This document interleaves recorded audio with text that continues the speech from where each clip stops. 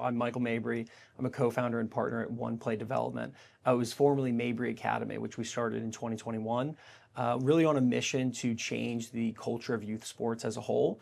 And we went about doing that by providing comprehensive player and personal development. So really teaching young players how to get the most out of their sport experience, looking at things like mental performance, lifestyle alignment, skill development, helping them recruiting landscape. But it's just it's a big mission to really help young people maximize this transformational time in their lives. And we are virtually across the country, and now we have more employees and partners in different regions. We have a really good presence here in Northern Virginia and Maryland. We're very big in lacrosse, but our mental performance programming is for all sports. And it's been just the absolute best. I love you. What made you want to shift your focus into youth as opposed to like adults? Is there something that maybe perhaps happened in your life or something that's inspired you where you were like, you know what, the kids is what I really want to focus on? Sure. I think for me, I had a pursuit to be a Hall of Fame coach. I loved the relationship building, being a part of something bigger than myself. So when I got out of college in 2016, it was be a Hall of Fame coach, go in this community, make a massive positive impact. And I think once you see the transformations that can occur with great mentorship and expert guidance, it's extremely fulfilling and enjoyable, and it's great company to keep. I really enjoyed that time with the young people that I serve. And I do feel as if at this stage in my life and how it's been, I'm uniquely positioned and to reach them. And I feel very strong that that's my A game, to reach youth, teenagers, and college athletes. And yeah, it's a transformational time. So when you see some of these success stories and you help somebody navigate a challenge and you teach them to teach themselves and they're a stronger, more aligned version of themselves, it's extremely fulfilling and rewarding. And my partners share the same enthusiasm for that. Yeah. Speaking of your partners, how many people do you have on board on your team with you right now? We're currently five. Okay. With a bunch of part-time guys who do incredible work. And we're hoping to scale that by the end of 2025. That is awesome. I'm looking forward to you telling me more about your goals later on in this conversation. Now, I want to ask you, what are some of the challenges or issues that some of the youth is coming to you for, and how do you help them? Yeah, I mean, I think it's something that we all navigate, which is just the mental game of life. And it's not something that we're formally educated on from a young age. And I think that's honestly when it's the most impactful. So managing things like our emotions and our inner dialogue, our self-talk, having clarity and broader perspective. So there's a list of mental skills that we teach in our curriculum.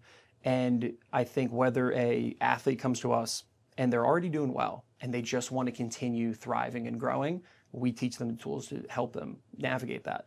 And then we have athletes who've lost confidence and they don't have a great sense of self and their direction. Athletes who've gone through injuries.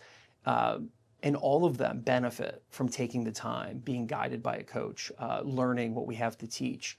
So I think it's a universal experience for all of us, how to be the best version of ourselves, how to navigate the challenges that life throws at us, and how to live a joyful, optimistic life with confidence and a great sense of self.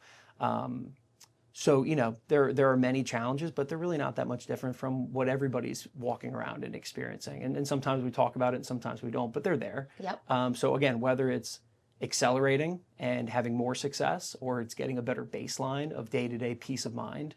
And I think that's a big one that we talk about. Peace of mind. To me, it's the most valuable in the relationship you have with yourself. And that's not a common conversation yet in the youth sports space specifically, and then in the broader landscape. Do you see an improvement, like through your years in the industry and seeing that with kids, like that it's changing, or do you find that it's like staying the same and we still need to break through a couple of more barriers? Oh no, I see a great improvement. The one most noticeably is when we started this in 2021, a lot of the conversations I had with families were, in the beginning, very transactional. They were saying, this is where I want my son or daughter to get to, help them get this achievement. And then we would explain what we do and the deeper purpose of the mission, and they'd be like, okay, that sounds really good too. But you are gonna help them get from point A to point B. And then it's grown into now where over the years, families, you know, I ask them, what's the most important thing to you? What matters most? And it's oftentimes, I want my son or daughter to be happy. I want them to have a sense of confidence. I want them to be resilient. I want them to be at peace with themselves. And so that conversation has changed. We're attracting more and more families that get it, that it's bigger than just one achievement. there's a broader skill and experience that is worth pursuing and being aware of. Yeah. So that's one of the differences that I've noticed over time. And then the other one, I talk about this often, so many coaches, when we're talking with their organization about working with their athletes, they'll say, yeah, but do the kids get it? Like, do they enjoy it? And when we started doing this in 2021, they enjoyed it. They get it. They're smarter than we think. They understand that the mind is really at the heart of their experience. And they value great coaching and mentorship. And they understand that it's a little bit bigger than just wins and losses. Like, let's get a lot out of this. Yeah. And I just see that more and more. The eagerness, the enthusiasm from the kids that we work with when it comes to, I want to study the mind. I want to let's work on my nutrition. Let's get my communication skills better. They're just much more eager and excited. And so they get it. And there's a lot of great differences we've seen. That's so awesome. That's great that they actually care and they're just like motivated. Like, I want to take care of myself, and like, not just right now, but long term, because this is going to have long term effects in a positive way, hopefully, right? Yes, no doubt. I want to ask you about your curriculum and what does it all entail, and what are some of the methods or techniques that you use? I think at the heart of it, it is connection. So we're bringing on experts who are expert in their craft and in the art of coaching. And that's kind of a starter for us. Like, we just hired a gentleman who was a longtime coach at University of Virginia, and he's one of the greatest in his position. He's one of the greatest coaches in his field. And so he has the abilities to connect with a younger athlete. And these are great communication skills and listening and motivational interviewing and these things that make a great coach special. And then a lot of our curriculum is evidence-based sport performance and positive psychology. And we don't teach it like you're in psychology class. We teach it and how it applies to you at this stage, this specific experience you're navigating. And it's really effective.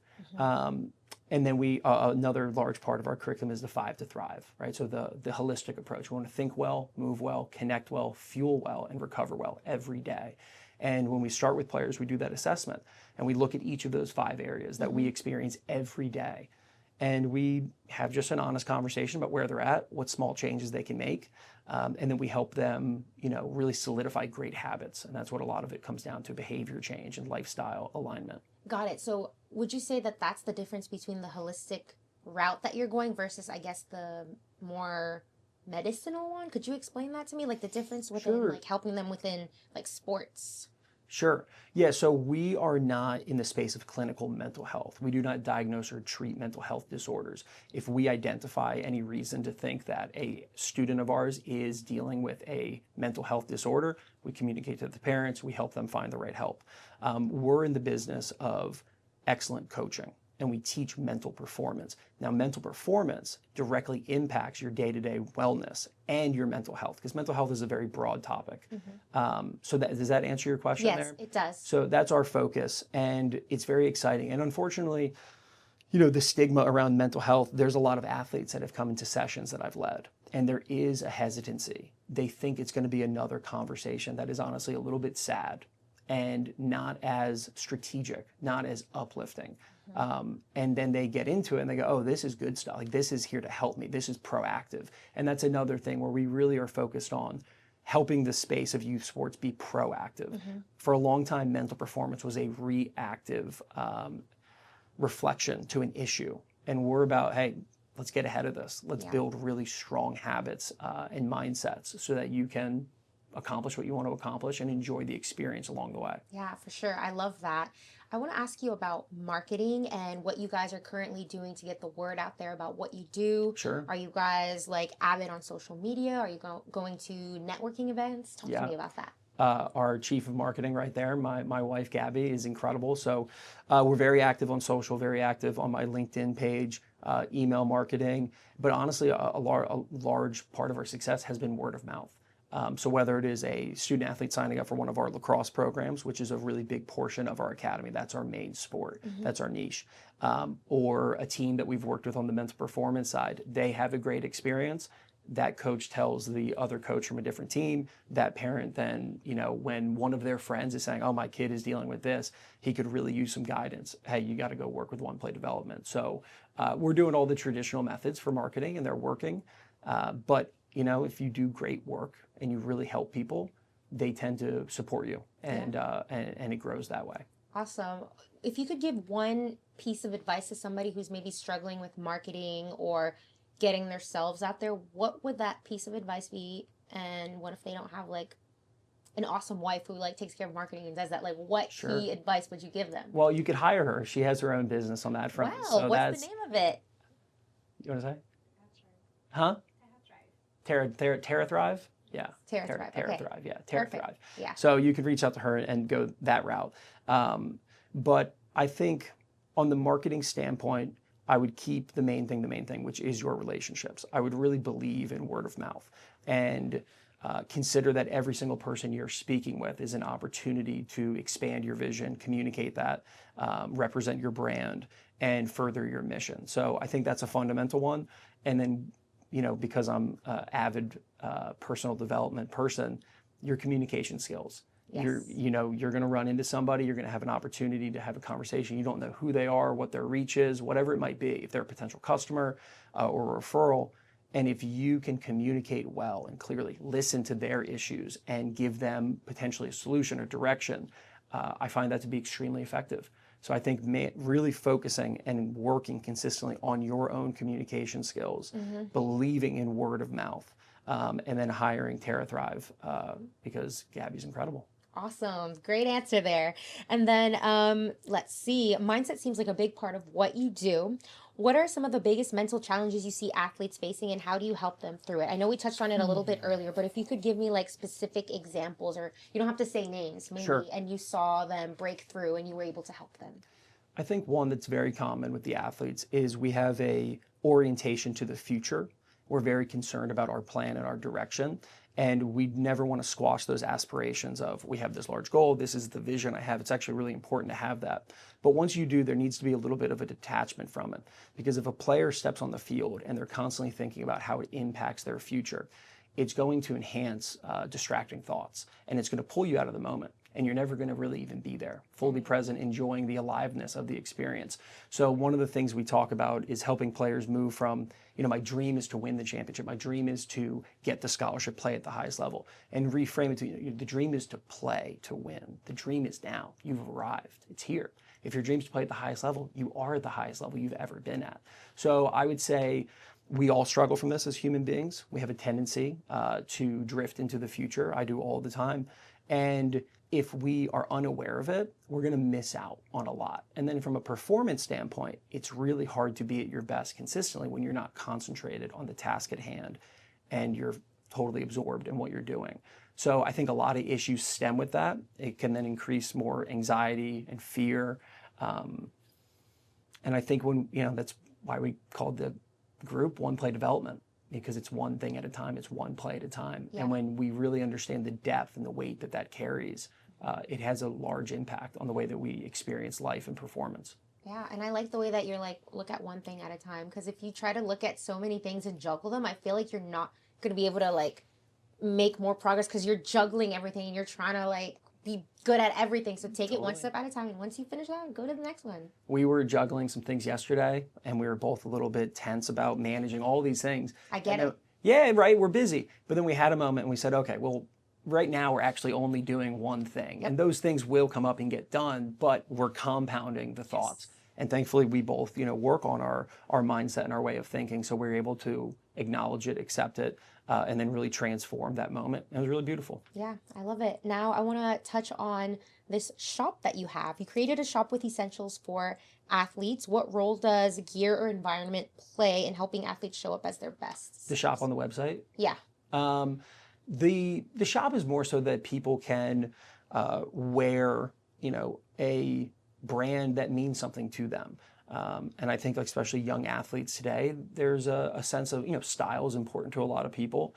And if we can give the opportunity to one of our athletes to represent what they do and to be a symbol to others, like, hey, this is what I'm about, we think it's a good thing. But to be honest, her efforts have helped with these things, but it's not something that I'm overly fixated on. Okay. On the shop standpoint. Yes. But when I do see players out and about wearing our gear during performance or before, just at school, it definitely, it makes you happy. It makes you smile to know that they really value what you do. Absolutely. And they're willing to show that to their peers at school or their teammates on their at whatever team and event they're at. So it's just a cool aspect. And I think we'll continue to, invest more in helping people represent us if that's what they want to do. Absolutely. And I think earlier you had touched on, and maybe I misunderstood, but you said you were reaching like farther out and in Maryland. Do you do like telehealth, I guess? Yeah, so I wouldn't consider it telehealth. We just call it virtual coaching. Virtual coaching, okay. Yeah, so most of my students are virtual. I work with them in person when I'm in that region. So we live in San Diego in the spring, a little bit of time in Florida in the winter, and then here in the summer and fall for now. And so I have a bunch of students in Northern Virginia. Some I've known for years, some are new. I'll be with them in person. I have a student who's lived in Hong Kong, and 12-hour time difference. We were doing calls at all sorts of time. But I believe we are I know we are extremely effective at reaching a teenage athlete, and we can do it virtually. Yeah. And to me, that's a very big deal. That is. In the comfort of your own home, you can get together with an expert coach and talk about your sport experience, your mindset, your nutrition, your lifestyle, your team dynamics. Whoa. And to go back to your earlier question about what are struggles, a lot of it comes down to the social dynamics for those individuals. Oftentimes we talk about specific to the team, but I very consistently have conversations about their social setting at school. So just general navigating relationships, whether it's how to deal with somebody that triggers you and there's friction there, or how to communicate better with a teammate or coach, that's a very consistent one. And that's something that, I don't ever remember a conversation with a coach when I was young about team dynamics, but they play a role all the time, how we navigate our environment with others. So very consistent there. And I've got students all over the country. I had a couple calls later today with kids in California, got a student in Maine, all over. That's awesome. So when you're like gone, it's like, darn, I can't get his coaching. Like, what the heck? No, you actually can. And It doesn't matter what time of year, unless you're obviously on vacation. But anyway, speaking of vacation, do you set any boundaries for yourself when it's like, all right, this is me time. I need to separate like my time versus like time for the business? Or how do you make time for family life and being a business owner? Any secrets or tips you want to give? Are you still learning? Yeah, I would say we're always still learning. The biggest, most consistent practice that I do is a small mental reset called a 5x5. And I worked on this after studying a practice called Yoga Nidra, which is known as non-sleep deep rest, which is basically at the end of a yoga class, you lay down and you do Shavasana. It's basically that. Whoa. And it's just pure guided meditation with really detailed body scans. It's extremely relaxing and really kickstarts the recovery process in the body.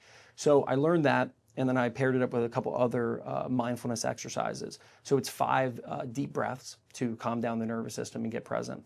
5 things that you can hear, right? So to orient yourself to that space, kind of clear the head and get in your surrounding. 5 things that you can physically feel, so proprioception, sensations on the body and within the body. And then I go to 5 affirmations internally. So we actually did this in the car before we walked in. And then you open your eyes, 5 things that you can see, fully oriented to the present moment, much more relaxed and calm. So there are times where I wake up and I'm doing a call with a kid in Hong Kong at 5 a.m. and the morning routine is not present, right? And there's times where I'm doing a call at 10 o'clock at night, 7 o'clock West Coast time, and the nighttime routine is a little bit off. But I think what really helps me is managing my inner dialogue and getting really present to each session I do. Because earlier in my career, like everyone, there's a little bit of, I gotta do this, even though you love it. You're like, I love it, but I gotta do it. And getting really good at managing my thoughts, recognizing that's a little bit too much judgment.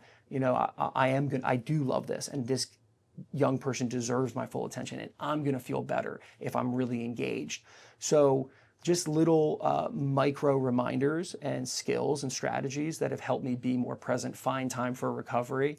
But yeah, I mean, if you're going to start a business, you're going for it. Yes, you are. It's a game. It's a serious game, and I can't even imagine trying to play this game without the skills that we've kind of talked about. Absolutely. It would be extremely stressful. Did you have a coach? I had many coaches. Wow. Okay. Not specifically in this aspect. Yeah. But I think it's important that coaches recognize that they always are teaching the mental game. And there's a lot of coaches like, I don't do the mental stuff. Like, I don't know. I don't want to get involved. And it's like, no. Your words carry weight. you are conditioning how this young person sees themselves and sees the world, and that impacts the choices that they make, the things that they remember, the quotes, the mantras, the sayings, the strategies and skills. So I have a few coaches. Coach Eddie Mason, he played in the NFL, and I would say he's a legend in this community as far as a positive impact, a wonderful strength and speed coach, but much more than that. And he had a massive impact on me when I was younger. Coach John Costello, who passed away a few years ago, another just absolutely amazing human being, and he was at Broad Run for a very long time. And he taught me about kindness. He taught me about character. And that gave me a great sense of self. I said, okay, I wasn't the best student in these areas. I was a decent athlete, but not the best. But I can really focus on my character and my kindness. And that was an anchor for me. And going back to Coach Mason, he taught me about attention and being present. And I look back now, it's one of the most transformational moments of my life when him teaching me eyes on eyes, where your eyes go, your energy goes. Your energy is all you have. And I was in 8th grade, and it stuck with me. So a lot of great coaches along the way. And then an intention of studying, the greats, the greatest coaches of all time, the greatest speakers of all time, and listening to the content that they're breathing and living and teaching. It's had a huge impact on me. Yeah. So many great coaches that have done wonderful things for me and others. Yeah, you talked about affirmations. What's one affirmation that you like to tell yourself to motivate you, or maybe a mantra? Sure. Yeah, I go with the big three. So the big three is I am, I love, I will. And I just changed them up. So I did it this morning. I think I said I'm going to be attentive and fully present. I love the opportunity to share what one play development is about. I will speak with clarity and conviction. So that's what I did this morning on my journal. And so I just go with the big three most times. I think using that as an anchor, and then reading myself and the environment and what's needed. Am I going to get up and speak? Because that's a different set of affirmations. Yes. Am I needing to calm down so that I can just be more at peace? Because it sounds different. But the big three has been really, really helpful for me for sure. And I think a couple other ones that I go back to, one is everything and everyone is my teacher. Right? So that is a mantra that I go to quite often, especially when things are challenging. And then I remind myself of that and say, okay, I can find a way to turn this into a moment of growth and a lesson learned and improvement. And from that, it doesn't maybe take the sting away right away, but it definitely helps navigate it and become a transformational moment. Yeah. So plenty of those reminders and beliefs that I hold to be true. And I've seen the impact they have on me. And that's exactly what we want to do for younger people. I love that. You live and breathe it. I love it. Sure. Practice what you preach, it sounds like. Journal it. You do your affirmations. That's awesome. Where do you hope to see yourself in the next 5 years, personally and with your business? Personally, most likely in 5 years, starting a young family, which would be wonderful. I would see one play development as a national leader in the player and personal development space. When we started in 2021 up until we evolved into one play development, originally Mabry Academy, we'd impacted over 4,000 student athletes and coaches. And we're only accelerating and getting better at what we do. So a massive positive impact as far as depth, not just numbers, but really, really reaching people.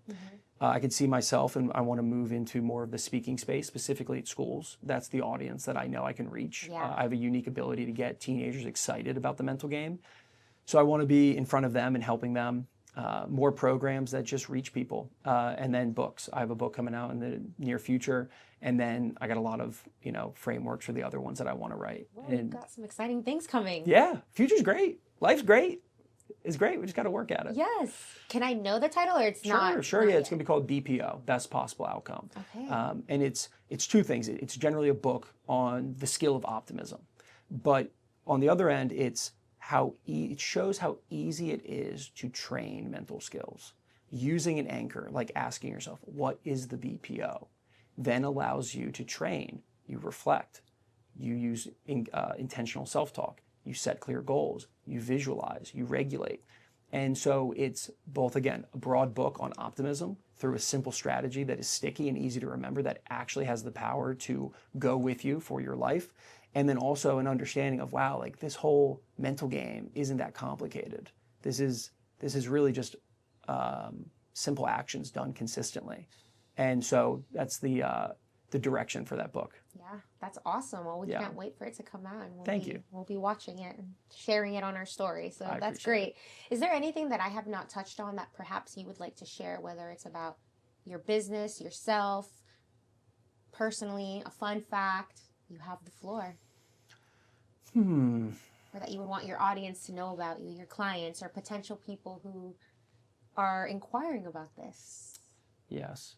I think that it's time to really put the priorities first. And that is the mental game and our mental wellness and our lifestyle, our relationships, our peace of mind. And so whether someone who's listening to this is an athletic coach of a high school team, a college coach, a player, an athletic director, a principal, a teacher, a parent, this needs to be a consistent conversation around self-actualization for our young people. And I think one of the best ways to do it is to work with us. This is our passion. This is exactly the arena that we want to be in, and we're really, really good at it. So whether it is by joining one of our programs and being a one-on-one student, group training, any of the things that we offer, working with clubs and teams, it's got to be the priority. And that's kind of a call on everybody. Yeah. You know, I think there's been a good movement of like mental health, we're breaking a stigma, and now there's a shift to thriving and really understanding these skills and getting ourselves to a better place as individuals and as a community and hopefully as a world. Yeah, absolutely. And like even for parents to understand that as well and what their kids are going through and how they can help them. Because you had said like, oh, but is my kid going to be able to like, you know, do this? And are they going to get to that? And it's just like, okay, you're missing the important things in order for your kid to go through all these things. They're not just like a trophy or like a goal for you to check mark. You want to make sure that they're okay as they're going through that process to get to where you want them to be, and hopefully that where they want to be. Yes. So that's important. I agree, and I think on that is, you know, whoever listens to this, just ask yourself what matters most. What matters most to you about yourself? What matters most to you about your kid's athletic experience? And if you sit there and allow yourself to be quiet, you'll know what matters most. And I feel that when most people do that, and when these people who listen do that, it's going to come back to peace of mind. It's going to come back to belief in self. It's going to come back to great relationships. It's going to come back to a bigger purpose. Okay, well, let's talk about that more often. Let's get on the same page, right? So it's a question that I ask myself often, even as early as yesterday, a moment of a little bit of racing thoughts, a little bit of this and that, and then I just slow down on what matters most. And it comes back to being at peace so I can serve others, living out my purpose, expressing gratitude, having great relationships. So I think that would be my message. Just ask yourself what matters most and let that guide you. I love that. And where can people check you out, your website? Sure. Yeah, we're at oneplaydevelopment.com. You can find me on Instagram. I'm Coach Mabes, M-A-B-E-S, my nickname, Coach Mabes44. LinkedIn at Michael Mabry. We have an incredible staff of coaches. I mean, really, really amazing people. And that's something that I feel so fortunate to be a part of. I'm missing our team call to be here. Oh my and gosh, I'm grateful thank to be you. here. I'm very grateful to be here, but I am like, oh man, I'm missing that call. I'll catch up with the guys after. Yeah. But yeah, we have great potential to serve others, and we're excited to do so. Yeah, absolutely. Well, thank you so much for coming on the podcast and getting to talk to me a little bit about. Yeah, same here. I appreciate it, and you're welcome back anytime. Woo! Thank you so much. You're welcome.